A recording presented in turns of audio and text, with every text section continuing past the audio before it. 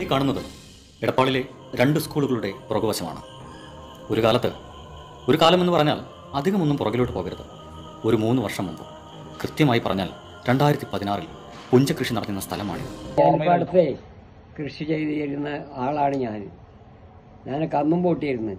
ഇപ്പം അത് നോക്കിയാൽ ഇപ്പോൾ ഒന്നിനും പറ്റാത്ത ഒരു കണ്ടീഷനിലാണ് ഇപ്പോൾ അവിടെ കിടക്കുന്നത്. എല്ലാവരും വീടും കാര്യങ്ങളും ഒക്കെ കയറ്റി മണ്ണിട്ട് നികത്തി എല്ലാ സ്കൂളടക്കം. 2019 കൃഷി ചെയ്തിരുന്ന ഒരു സ്ഥലമാണത്. ഇത് ഞാൻ കഴിഞ്ഞ വീഡിയോയിൽ ഉൾപ്പെടുത്തിയ സ്ഥലമാണ്. ഇത് ഞാൻ തന്നെ എന്റെ യൂട്യൂബ് ചാനലിൽ ഇട്ടതാ. 2019 തന്നെ ഇതിനെതിരെ ഞാൻ സംസാരിച്ചിട്ടുണ്ട്. 2014 അവിടെ നല്ല രീതിയിൽ കൃഷി നടത്തിയിരുന്ന സ്ഥലങ്ങളാണ്. ഒരു സ്ഥലം എന്ന് പറഞ്ഞിട്ടുണ്ടെങ്കിൽ ദാറുൽ ഹിദായ ഓർഫനേജ് ഹയർ സെക്കൻഡറി സ്കൂളിന്റെ ആ സ്കൂളിൽ നിൽക്കുന്ന കെട്ടിടവും ആ സ്കൂളിൽ നിൽക്കുന്ന ഗ്രൗണ്ട് മുഴുവൻ വയൽ നികത്തിയതാണ്. അതുപോലെ തന്നെ MH ഒരു ഇംഗ്ലീഷ് മീഡിയം സ്കൂളുണ്ട്. ആ സ്കൂളിന്റെ ഒരു ഗ്രൗണ്ട് വരുന്ന ഭാഗം ഇതേപോലെ വയൽ നികത്തിയതാണ്. അതിന്റെ കുറച്ച് പിന്നിലായിട്ട് ഒരു 50 മീറ്റർ മാറിയിട്ട് ഒരുപാട് ഏക്കർ കണക്കിന് ഭൂമി. നാട്ടില് വലിയ പണക്കാരനാണ്. ആളാരാണെന്ന് എല്ലാവർക്കും അറിയും ചെയ്യാം.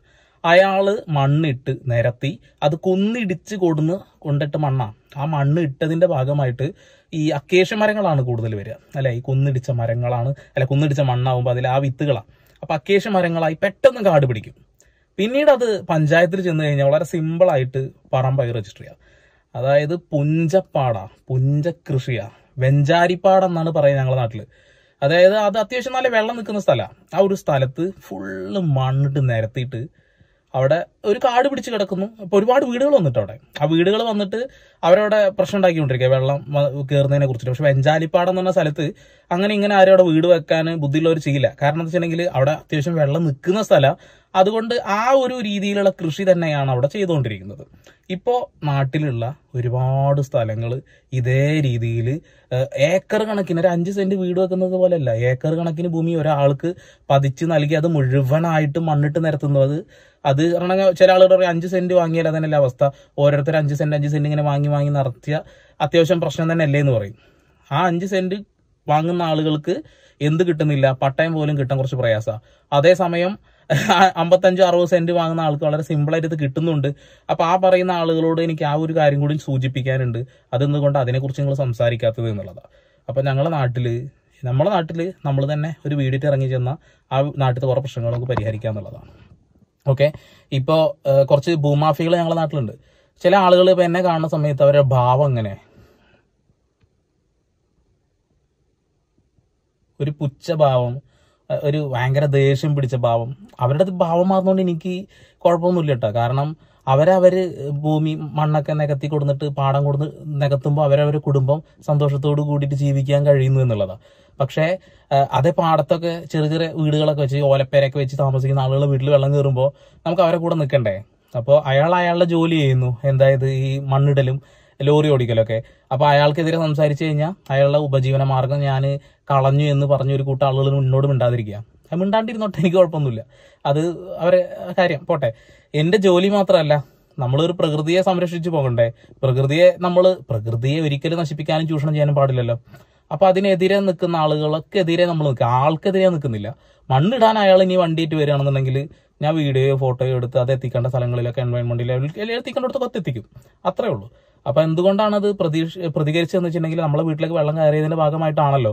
അപ്പൊ നിങ്ങൾ ആ വീഡിയോസ് ഒക്കെ കണ്ടിട്ടുണ്ടാവും, ലക്ഷക്കണക്കിന് ആളുകൾ വീഡിയോ കണ്ടിട്ടുണ്ട്. അതായത് പെട്ടെന്ന് ഇതുവരെ ഇല്ലാത്ത രീതിയിൽ പെട്ടെന്നൊരു വെള്ളപ്പൊക്കം വരിക, ഒരു 1.5 മണിക്കൂർ പെയ്യുന്ന മഴയുടെ ഉള്ളിൽ വീടുകളിലൊക്കെ വെള്ളം കയറുക, പെട്ടെന്ന് സംഭവിക്കുന്നതാ. അത് പെട്ടെന്ന് സംഭവിക്കുന്നത് എന്തുകൊണ്ടാണ് നമ്മൾ കൃത്യമായിട്ട് പഠനം നടത്തി കൃത്യമായി ഏക്കർ കണക്കിന് ഭൂമികൾ വളച്ച് കെട്ടി അതിൽ മണ്ണിട്ട് നികത്തി. പല ആളുകളും ചോദിക്കുന്ന ചോദ്യം, നിങ്ങൾ എന്തുകൊണ്ട് തടഞ്ഞില്ല എന്ന് മണ്ണിടുമ്പോൾ, എന്നിട്ട് ഇപ്പൊ കിടന്ന് മോങ്ങണ്ടാന്ന്. ഞങ്ങൾ തടയും, പല രാഷ്ട്രീയ പാർട്ടിക്കാരും വന്ന് കൊടിയും വെക്കും, ഒക്കെ പോവും. പക്ഷെ രാത്രിയുടെ ഈ ഉറങ്ങുന്ന സമയത്ത് നമ്മൾ അറിയില്ല. രാവിലെ വരുമ്പോഴത്തേനും മണ്ണ് കൂമ്പാരങ്ങളാ. സ്വന്തമായിട്ട് ഭൂമിയുള്ള വീടുള്ള പറമ്പിലൊക്കെ വീടുള്ള മുകളിലൊക്കെ വീടുള്ള ആളുകൾ പാടത്ത് വന്നിട്ട് ഏക്കർ കണക്കിന് വാങ്ങിയിട്ട് നിരത്തി അങ്ങോട്ട് നശിപ്പിച്ച് വെച്ച് പോക്കാം. പല വീഡിയോയിലും ഞാൻ ആവർത്തിച്ച് പറയുന്ന സാധനത്ത് തന്നെ. അപ്പൊ ഞാൻ വീഡിയോ ചെയ്യുന്നത് കൊണ്ട് പല ആളുകൾക്കും ദേഷ്യം ഉണ്ടാവും എന്നോട്. ആ ദേഷ്യമുള്ള ആളുകൾ സ്വയം സഹിക്കുക എന്നുള്ളതാണ്. കാരണം നിങ്ങൾക്കറിയാലോ, നമുക്കൊരു ബുദ്ധിമുട്ട് വരുമ്പോൾ നമ്മൾ പ്രതികരിച്ചേ വെക്കൂ. എനിക്കൊരു ബുദ്ധിമുട്ട് വന്നപ്പോൾ ഞാൻ മാത്രം പ്രതികരിച്ചു, മറ്റുള്ള ആളുകൾ പ്രതികരിച്ചില്ല എന്നൊന്നും പറഞ്ഞിട്ട് കാര്യമൊന്നുമില്ല. നമ്മൾ മറ്റുള്ള ആളുകളുടെ ശബ്ദമാവേണ്ടി വരും പലപ്പോഴും, മറ്റുള്ള ആളുകൾക്ക് വേണ്ടിയും കൂടി സംസാരിക്കേണ്ടി വരും പലപ്പോഴും. അത് നമ്മൾ ചെയ്യുക.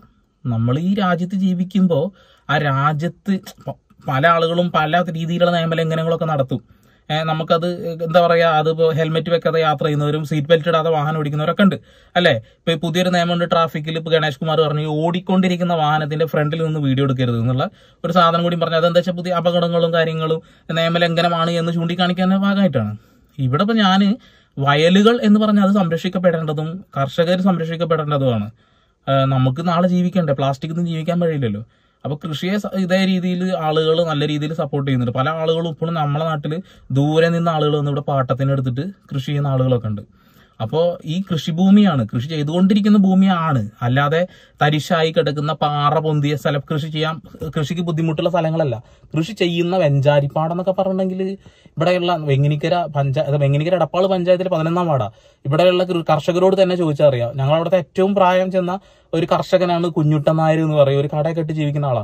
ആളോട് ചോദിച്ച ആള് ഇങ്ങനെ വാ തോരാതെ സംസാരിക്കും.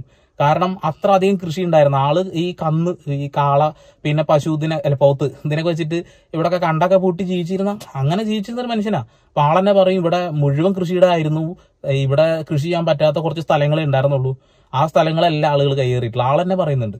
ഓക്കെ, ഞാൻ എത്രയോ കാലം കണ്ടുപൂട്ടിയിരുന്നു അവിടെ. പരനവധി ആൾക്കാരെ, ചോരമുട്ടക്കാരെ, പിന്നെ ഞങ്ങൾ തന്നെ ഉണ്ട്, പിന്നെ പല ആൾക്കാരുടെ, പിന്നെ കുഞ്ഞാവക്ക, പിന്നെ ബാവക്ക, പിന്നെ കുഞ്ഞുവാനക്ക, അങ്ങനെ കുറെ ആൾക്കാർ. ശരിക്കും അവിടെ വിളവ് നല്ല രീതിയിൽ കിട്ടി, നല്ല രൂപത്തിൽ കിട്ടിയിരുന്ന വിളവ്. കുറച്ച് കഷ്ടപ്പെടും കാര്യങ്ങളൊക്കെ ഉണ്ട്, എന്നാലും കിട്ടിയിരുന്നു. പ്രശ്നമൊന്നും ഉണ്ടായിരുന്നില്ല. ഏതെങ്കിലും ഒരു കാലത്ത് മാത്രമാണ് കുറച്ച് വെള്ളം കൊണ്ട് ഒരു മൂടല് വരല്, അല്ലാതെ പിന്നെ ഒന്നും വന്നിട്ടില്ല.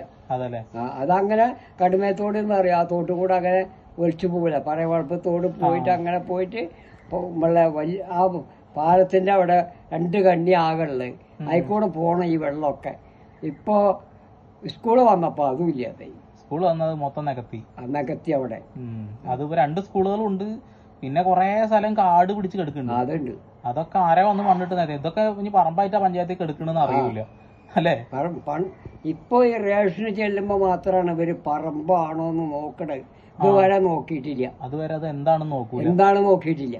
കാരണം ഒരു വീട്ടിലെ നമ്പർ കൊടുക്കുമ്പോഴെങ്കിലും നോക്കട്ടെ, നോക്കിയിട്ടില്ല.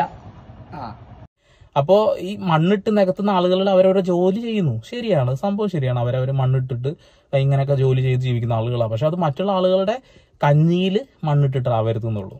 ഓക്കെ, എന്തായാലും ഞാൻ ഈ വീഡിയോ നീട്ടിക്കൊണ്ടുപോകണമെന്നില്ല.